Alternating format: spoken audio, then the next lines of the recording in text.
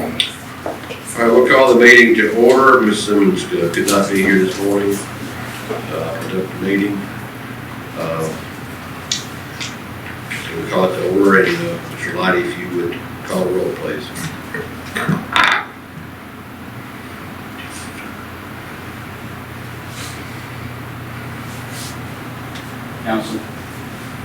Councilmember Hendricks. Here. Councilmember Griffin. Here. Councilmember Eubanks. Present. Councilmember Oliver. Here. Councilmember Simmons. Yes. Councilmember Edwards. Here. Mr. President, 5 council members are in attendance, and therefore a quorum is present. All right, we'll call the meeting today to consider 2 items that's on our regular agenda, and they've already been presented to the council, so there's no need for a consent vote. Just be a regular motion. Is that correct? All right, for the Mr. Lighty, you want to use the first motion or agenda item?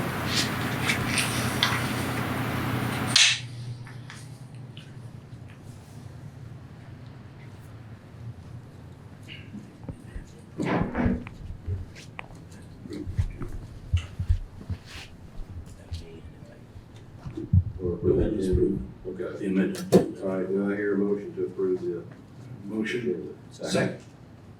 Motion by Mr. Oliver, second by Hendricks. Mr. Hendricks, third by Mr.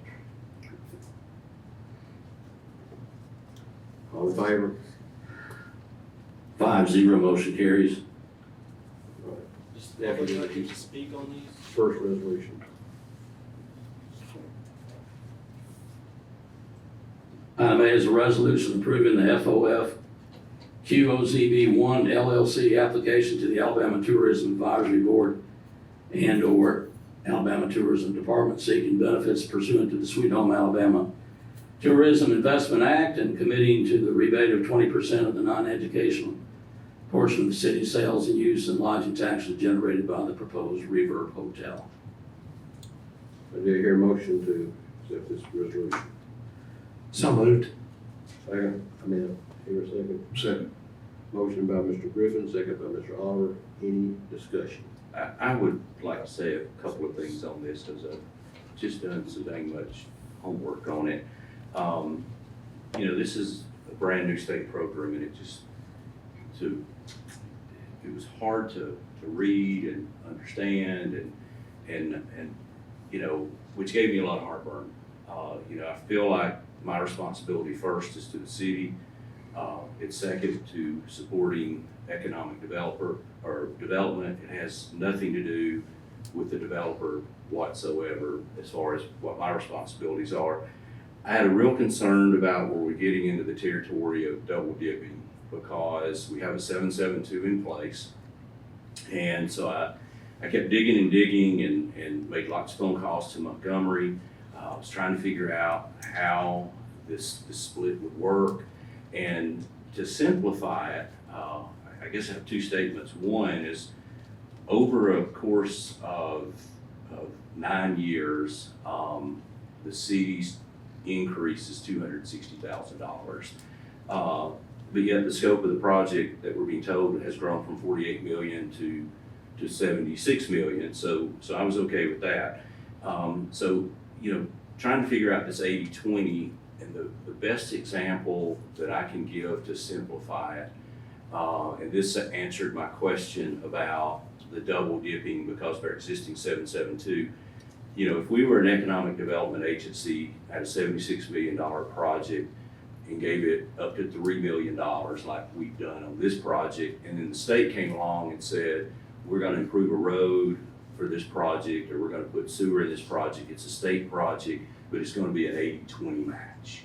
That's basically what this is. So then I broke down the match because it's a local funds match, and I broke down all the local funds, and it breaks down between the county and the city at 52% city and 48% county, and that difference over the life of this thing, which it looks like the goal would be hit based on the projections in just over 8 years, comes up to that $260,000. So it gave me peace of mind once I was able to really absorb this thing. But fortunately, this thing got kicked a few times, and it allowed me the time to, I just can't help but dig and research. I told y'all from the beginning, I'm a numbers nerd, and it was important for me to get there so that I'd have peace of mind moving forward.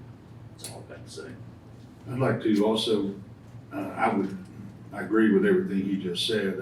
I'm not gonna try to repeat it. Number one, I can't, because he is a numbers nerd, and I'm glad we've got one of those on the council.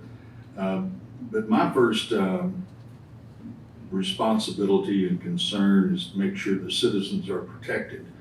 And I feel like they are, 1,000%. I feel like the citizens are protected when the hotel is built. And even if something unforeseen happened, that the hotel did not get built, I still say the citizens are protected. Nobody's out any money on this thing. And I think we've all agreed that it would be a plus to the city to have a brand new hotel sitting on that corner down there instead of the one that is sitting there now. So I'm at peace with it as well. And I want to thank Mr. Hendricks for, I hate to keep repeating you being a numbers nerd, but thank you for being that, because you really dug and put together some good information.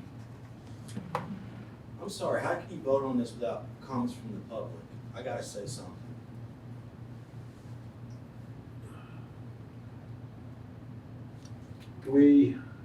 This is a council meeting for the vote for the council, and it's not a place for public comment in this particular meeting. So we're not having any public comment tonight. For anybody else, any other discussion? Yes, Mr. President, I do have some discussion about it. My vote has been and will continue to be a no here for a number of reasons, because, you know, we've talked a lot and used the phrase that there has been no expensive city dollar, but I completely refute that in the time and effort that our city attorney, Mr. Musgrove, has put into this, the time and energy that's been expended by every member of the city council in looking at it, not to mention the special called meetings we have about it. We have expended money, time, the most precious of those monetary investments, on this topic. Yes, sir. Thank you. Every industry or company that comes to the city to build will ask for concessions. That's just the way it works from now. Nobody's just gonna come and say, let me build something in your town. And so we have made some concessions, and we have made some with other builders who are coming here. This particular building, I've heard people say it won't bring the salaries that we want. If you get an opportunity to ask Mr. Bowser what the average salary is of his employees at the Renaissance, those are $40, $50, even $80,000 for people who wait on you when you come in and order something to eat or hang out by the pool. If you work hard and you're committed, the salaries are there. I don't know if Hard Rock will bring that type salary. I hope they do. I'm reminded of the father who has a beautiful daughter. And every time the young man comes to court, he meets him at the door with the shotgun. And he scares them all away. She grows up to be an old maid. As a city, if we continue to stand at the door with the shotgun, and we shake our head and say, no, you can't come here, you're asking too much, we'll be the one who's an old maid in what we used to call the Quad Cities. Thank you, sir.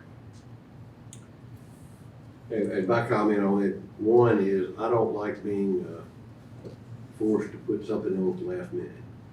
And that just came to my attention, a couple of weeks before the deadline. And it's like, we gotta do it now. I don't like being pushed.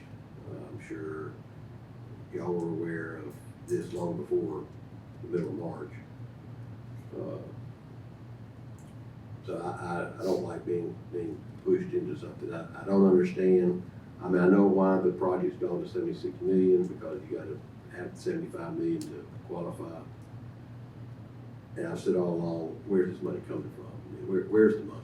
I've seen no financial statements, I've seen no pro formas, I haven't seen any of that. But I thank Mr. Hendricks for the work that he's done on it. I've talked to Mr. Musgrove on this, we've had several conversations about all this. I don't see really any risk on these resolutions to the city. It all happens if the thing's built and running. And I feel like I've waffled back and forth in my thoughts and decisions that we're making here today. But because of there's what Councilman Hendricks has said about the risk to the city as far as it's another additional 260,000 on these particular resolutions, I will support them. Anything else? All right. Do I have a motion and a second? All in favor? Opposed? 4 votes for, 1 opposed, motion carries.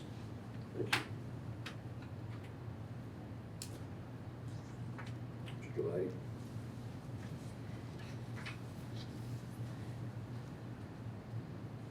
Item B is a resolution approving the Florence Industrial Development Board's Part A, abatement of the non-educational ad valorem taxes imposed on the proposed Reverb Hotel by the city for a period of 20 years.